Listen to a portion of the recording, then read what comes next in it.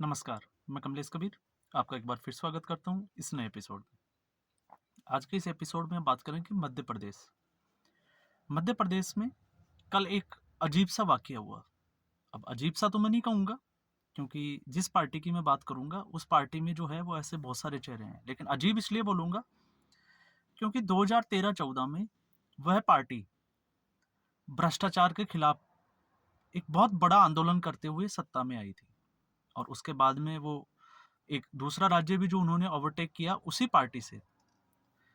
तो भ्रष्टाचार के आरोपों में आने के बाद में आपने इससे पहले सुने होंगे कि भारतीय जनता पार्टी के या कांग्रेस के कुछ नेताओं को जो है वो लोगों ने पीटा।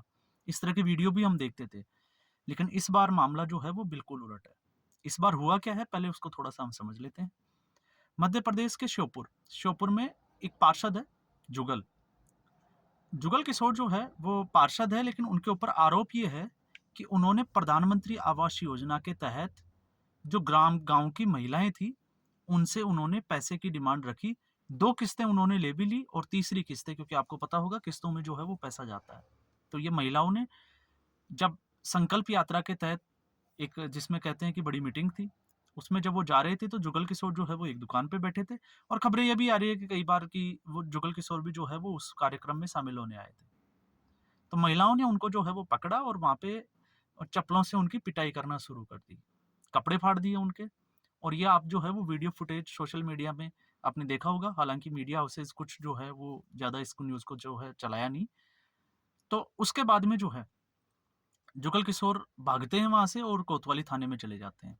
तो कोतवाली थाने में जाकर उन्होंने अपनी जान बचाई, या इसको हम कह सकते हैं कि पिटाई से जो है उनका बचाव हुआ।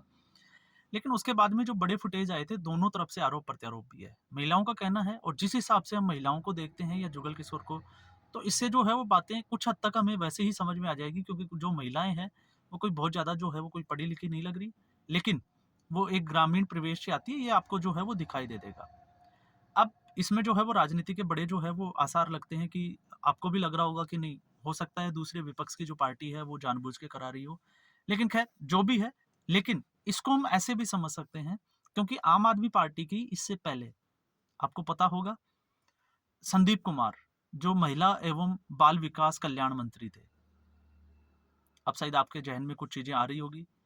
और उन्होंने राशन कार्ड बनाने के बहाने 2 औरतों के साथ वो आपत्तिजनक स्थिति में पाए गए थे। और उनके ऊपर जो है वो देह शोषण का बड़ा आरोप लगा था। उनको इस्तीफा भी देना पड़ा और कुछ समय के लिए उनको जेल भी जाना पड़ा। ये आम आदमी पार्टी का पहली बार ऐसा हुआ है, ऐसा नहीं है। हालाँकि कुछ मीडिया हाउसेज़ इन खबरों को ज़्यादा नहीं चलाते, क्योंकि हो सकता है उनका बिज़नेस का अपना एक मोटिव हो। इसके अलावा आम आदमी पार्टी की अगर हम बात करें, तो आम आदमी पार्टी वह पार्टी बन गई है जिसके सबसे ज़्यादा जो नेता है वो जेल में है इस वक़्त। टीएमसी और आम आदमी पार्टी, लेकिन हम आम आदमी पार्टी की बात कर रहे हैं, इसलिए हम आम आदमी पार्टी पे ज़्यादा फ़ोकस करेंगे इस वीडियो में।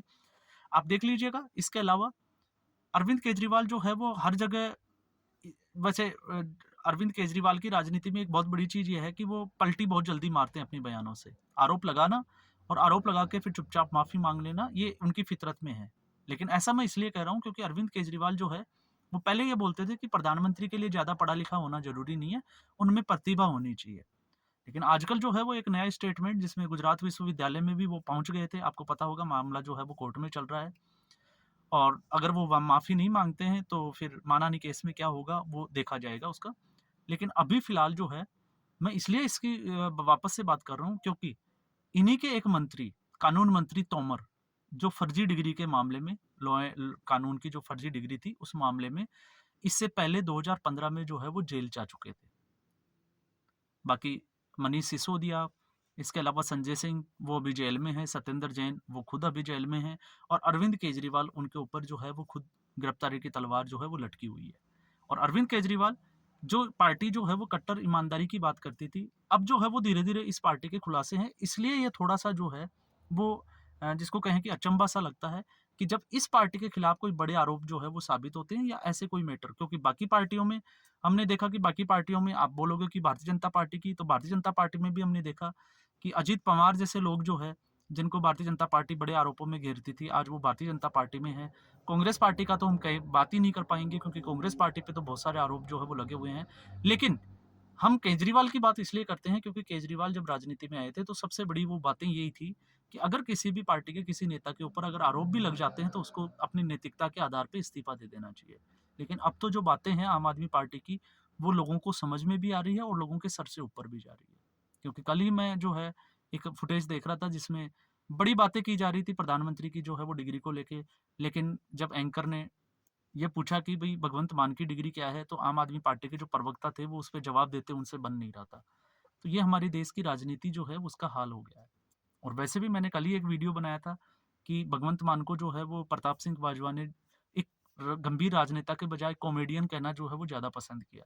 तो इस तरह के आरोप जब आम आदमी पार्टी पे लगता है तो फिर जिसको हम कहें कि देश के लोगों के सामने जो मैसेज जा रहा है इस वक्त, क्योंकि पहली नैतिकता तो ये थी कि जो पार्टी कांग्रेस के ऊपर भ्रष्टाचारों के आरोप में जो है वो सत्ता में आई, आज वो कांग्रेस पार्टी के साथ गठबंधन में है। और विडंबना देखिए, जिस पार्टी के साथ वो गठबंधन में है, दिल्ली में उसी पार्टी के खिलाफ वो चुनाव लड़ने जा रही है पंजाब में। अब स्थिति कैसे वो दोनों इनके नेता जो है वो मैनेज करेंगे, इनके प्रवक्ता कैसे मैनेज करेंगे, बहुत कम समय, 5 से 10 दिन का समय और बचा है जब चुनाव आयोग जो है वो चुनाव की 1 तारीख जो है उसकी घोषणा करेंगे। उसके बाद में ये नेता लोग जो है वो मैदान में उतरेंगे, रैलियाँ करेंगे और उसके बाद में ये सारी चीज़ें समझ में आएगी। और इसी बीच ईडी ने जो है वो 7वां सम्मन भी जारी कर दिया है। और इसी के बीच में ऐसी खबर जो है वो मध्य प्रदेश जैसे स्टेट से आना, ये भी दर्शाता है कि आम आदमी पार्टी जो है वो कट्टर ईमानदारी की छवि रखती है या फिर जो है वो उसमें बेईमान जो है वो भरे पड़े हैं। क्यों? अब मैं ऐसा इसलिए कह रहा हूँ कि वैसे हमें कोई हक नहीं है किसी को कहने का, लेकिन जब सत्येंद्र जैन, मनीष सिसोदिया और संजय सिंह को जब मामला कोर्ट में चला जाता है, क्योंकि आम आदमी पार्टी अभी चंडीगढ़ का एक आपने देखा होगा कि चंडीगढ़ में अनिल मसीह ने जो गड़बड़ की थी और उस पे आम आदमी पार्टी जो है वो ढिंढोरा पीट रही थी कोर्ट का। तो वही कोर्ट जो है, जहाँ पे इनका ईडी का जो केस चल रहा है मनीष सिसोदिया और संजय सिंह का, उसमें वो जमानत नहीं दे रहे। तब वो कहते हैं कि ये जो है वो भारतीय जनता पार्टी की और प्रधानमंत्री नरेंद्र मोदी की जो है वो साजिश है। तो ऐसे जो इनके जो बयान हैं उनमें विरादाभास से साफ जो तौर से ये नज़र आता है कि ये पार्टी जो है वो कितनी साफ तरीके से काम कर रही है। और बाकी माफ़ी माँगने में, आरोप लगाकर भाग जाने में और माफ़ी माँगने में पर्दे के पीछे से, वो आप सभी को पता ही होगा। तो ये जो पूरा मामला था, ये मैंने आपको बताया। इस मामले में जो है वो अभी शिकायत दी गई है। शिकायत देने के बाद में अब इसकी पुलिस जाँच होगी और पुलिस अपनी जाँच में क्या रिपोर्ट पेश करेगी, ये देखने वाली बात होगी, क्योंकि मामला जो है वो जुगल किशोर की तरफ से जो है वो दर्ज कराया गया है, महिलाओं की तरफ से दर्ज नहीं कराया गया है। तो आज के एपिसोड में बस इतना ही। उम्मीद करूँगा एपिसोड पसंद आया होगा। लाइक करें, शेयर करें, चैनल ज़रूर सब्सक्राइब करें। नमस्कार, धन्यवाद।